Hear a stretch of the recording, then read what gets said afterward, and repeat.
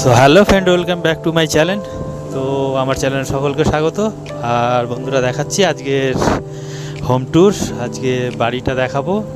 তো দেখতেই পাচ্ছ, এটা কমপ্লিট হয়ে গেছে, আর একটা নেক্সট কমপ্লিট হচ্ছে, সেটাও দেখাবো। ভিডিও শেষ পর্যন্ত দেখার অনুরোধ রাখবো।